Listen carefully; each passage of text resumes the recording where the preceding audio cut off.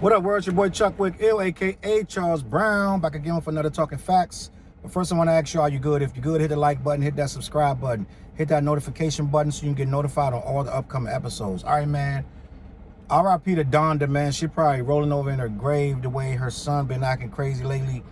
I don't know, man. What is going on with Kanye now? I get it that the whole world is in amazement and all kind of sparks and dreamy eyes and all kind of fantasy fulfillment is going on with this Donda release. We on our third listening party, and unlike most of the world, I am kind of like getting worn out with this whole listening party. I'm on my third listening.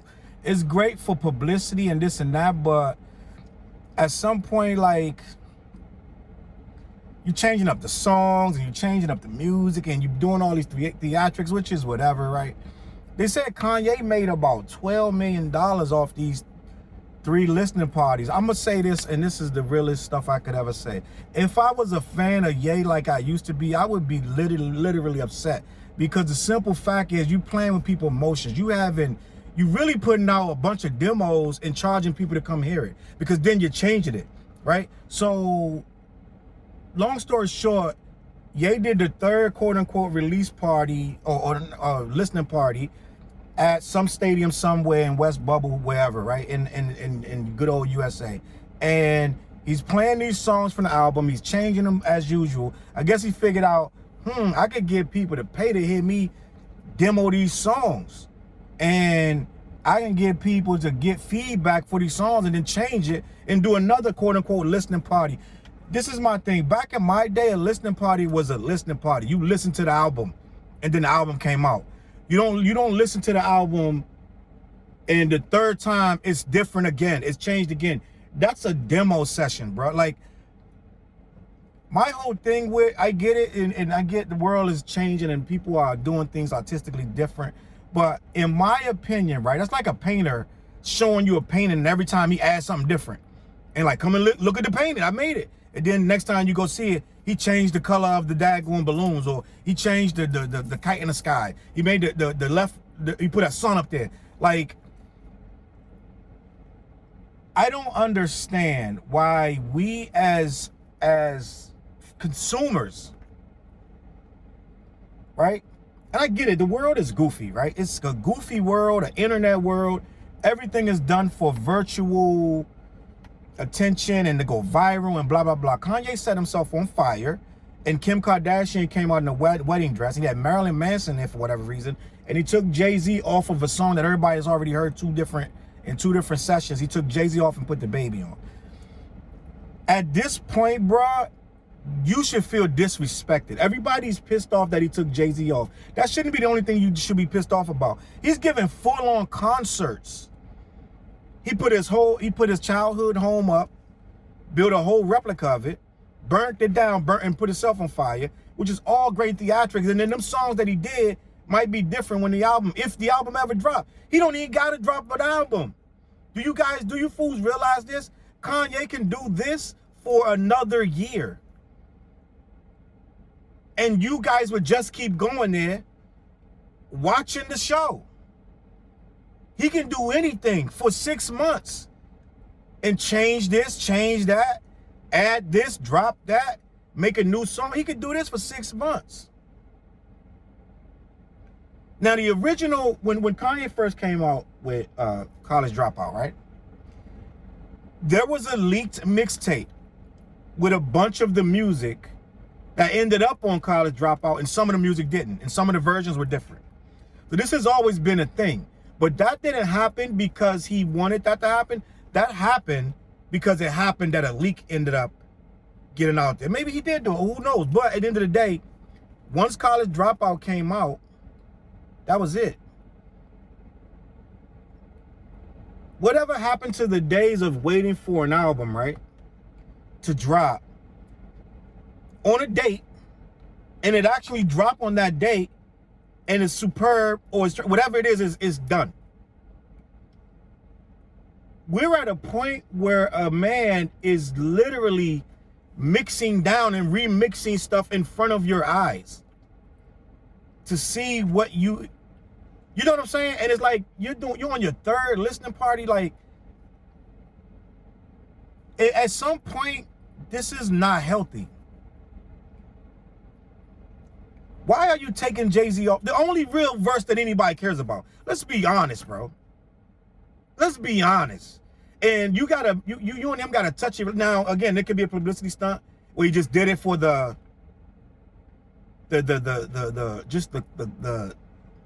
whole frenzy of the internet.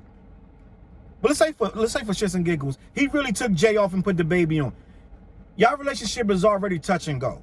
This guy handed that thing in at the very last minute, wrote that right around the time he gave it to you. Made sure he did his job to get that song, that verse to you in time for something you ended up still having 3 listening parties for. And then you take your verse off. Which, to be honest with you, without that verse, who cares about the album? Not me. I'm telling you. That verse is what made me want to hear the album at all. I'm going to be 100% honest with you. It took me from, oh, I kind of want to hit, to, oh, I got to hear this whole album. But we right back here with the neurotic, goofy, just playing with people's emotions. I don't like this. I don't. I want to say about 2 months ago, I made a whole video.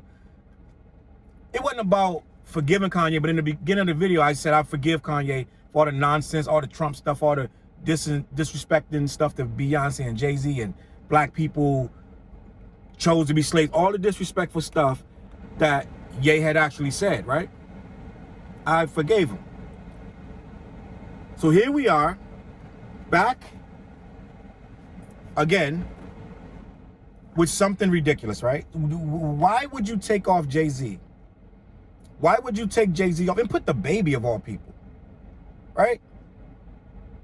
Well, I don't care about Marilyn Manson. I don't care about none of the other theatrics. I don't care that Kim K looks like a complete idiot putting on a wedding dress, right? After this public disrespect, he got a whole new girlfriend and then broke up with her. You gonna put a wedding dress on? Like the literal term attention whore. You know what I'm saying? And I would never call this girl that. I would never call anybody an attention whore. But if there was such a thing as an attention whore, that would be it. Right? You can't be doing this out of love because you broke up with the man. So why are you putting on a wedding dress, walking down the whatever you want to call it, and approaching this man as if for whatever theatrical bullshit, right? It's like there is nothing off limits, right? And I get it, couples do like freaking Janae Aiko and Big Sean, right? They go through their things publicly and then they'll make a whole record and talk about it, blah, blah, blah. But it's nothing as severe as this. Y'all got kids and you guys are married. This ain't no fling.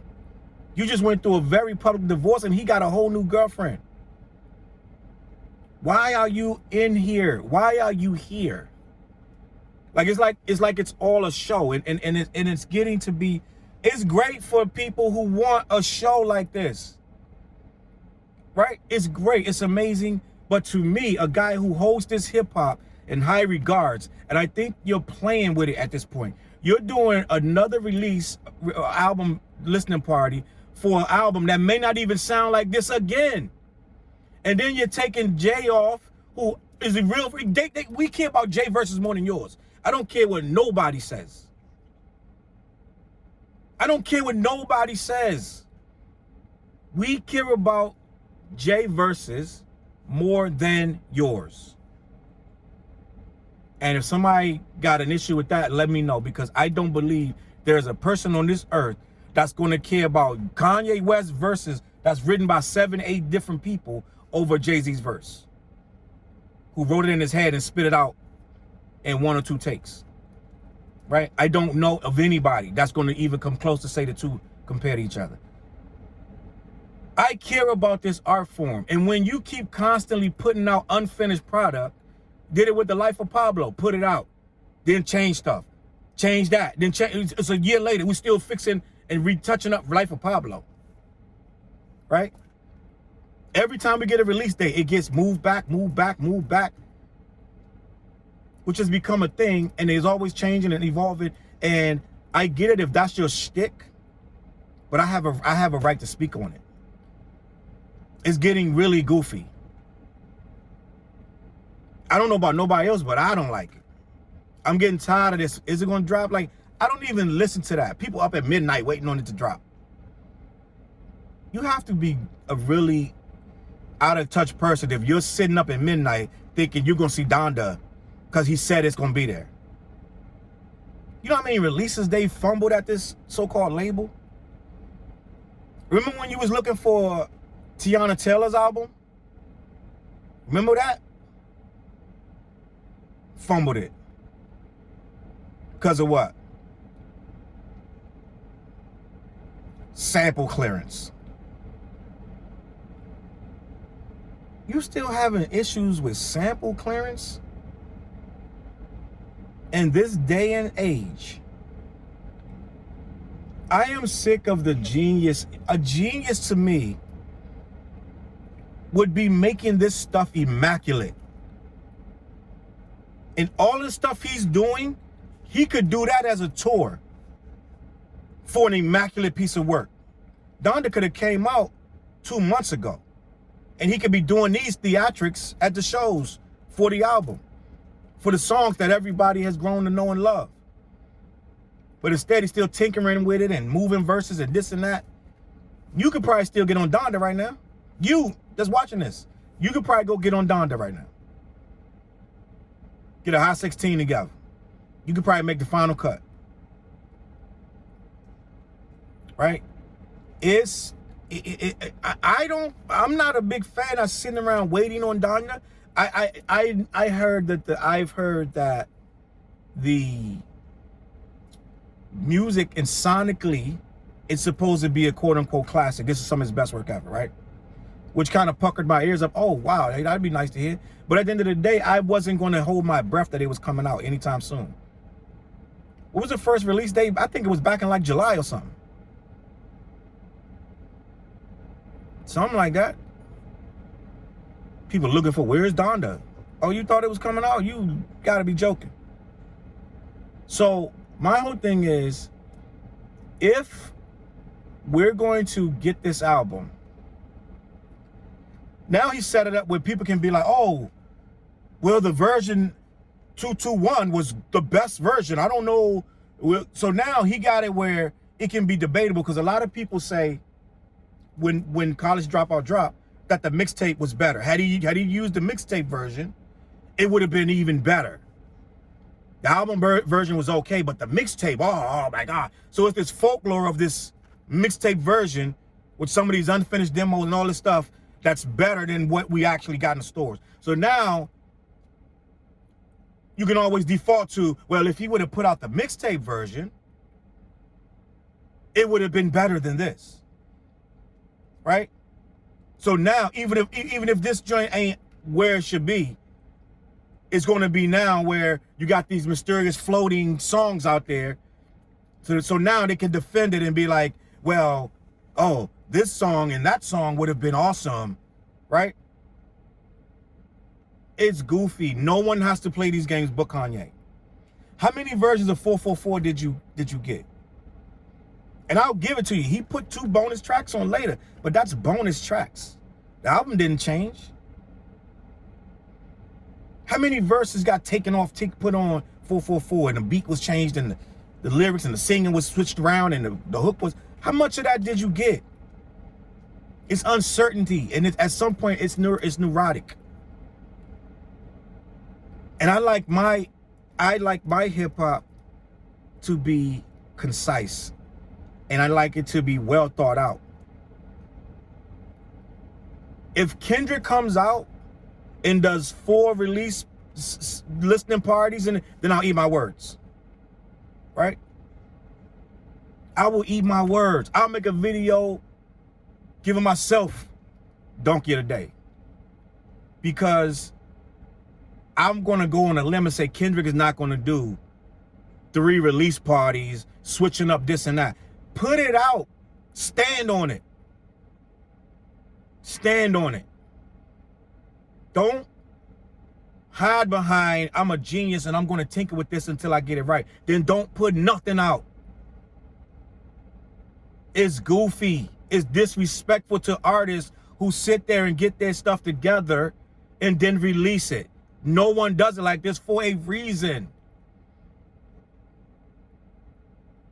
It shows uncertainty and it shows fear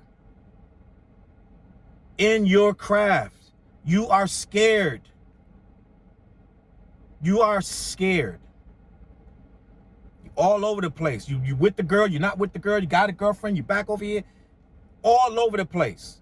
You good with Drake, you're not good with Drake. I'm releasing it here, I'm gonna release on Drake's day. Probably won't even come out on the 3rd, like I said. It's goofy. Scary. And that's why these projects, to me, are getting progressively worse. Now, these kids may think this stuff is amazing. Because look at the era they live in an era full of garbage. So they think this is amazing. Do you know the era Kanye come from? Do you understand what he was up against in the 90s and the early 2000s? The stuff that he had to make? The people he had to go against beat-wise? Do you process what was going on back then? It wasn't this ticky-tack stuff we got going on that you can freestyle this stuff. You can make a beat in 3 minutes and make the rap in 5 minutes and the whole song done in 10. They bragging, I did a whole song in 15 minutes. It sound like it. Sound like it. Right? So, the competition level, to me, is not that high. And not only that, the stuff he's making don't warrant the level of what he used to do. Go back and listen to my Twisted Fan. That album wasn't even in his heyday. And that album is one of his greatest works. Right? The stuff he's making now don't even come close to that stuff. It's rushed. It's only people that are hot and popping. Right? Not like he used to find these amazing talents and put them on there. It's you got to be hot and you got to be popping or he's not doing the work with you. It's goofy. Dababy is one of the hottest rappers in the game. Right? And Dababy does great features. He's a great artist. But in that era, Dababy might not even have made these albums. He might not have gotten a verse on an old Kanye album. But now he's so polarizing, he has to be on there.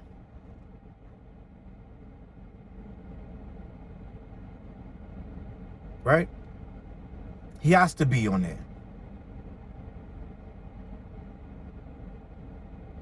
It was better material. It was more heartfelt. And I think these albums now are progressively getting worse. And the music is progressively more and more rushed out. And it's more throwaway. He ain't even making videos no more. We're in an era where the videos solidify the music. It's giving the moment in time a purpose. Some of your greatest songs have videos for them. Some of your greatest Kendrick songs have a video to match it. Your greatest J. Cole songs have a video to match it. What's your greatest songs from Pablo? Yeah, you like songs, but visually, you got to make up a video in your head. Because he couldn't be bothered. Right? He couldn't be bothered to make a video. And so here we are. Everybody's talking about Kanye set himself on fire. He brought out Marilyn Manson. Did he release the music yet? Is the album out? Everybody making these fictitious track lists. And at some point, I don't care. I don't know about the next man. I don't care. Because I like my hip hop to just come out and let me hear it. Nas didn't play all these games. He put it out. King's Disease 2, to me, classic. I don't care what you say. So at the end of the day, I didn't need 14 versions of King's Disease 2. Right? Let me know what you think in the comments. Are we done? Like, seriously, are we done? You may find this entertaining and amazing. I find it goofy, unnecessary, and disrespectful to the craft of this music. That's all I gotta say about that. Kanye, get your shit together. Put the album out or don't, bro. These theatrics, you could do that on tour after the album drop. You got people spending their money, getting dressed up to hear an album that you changing the next day. I'm done, man. Get in the comments, let me know what you think, man. Whatever.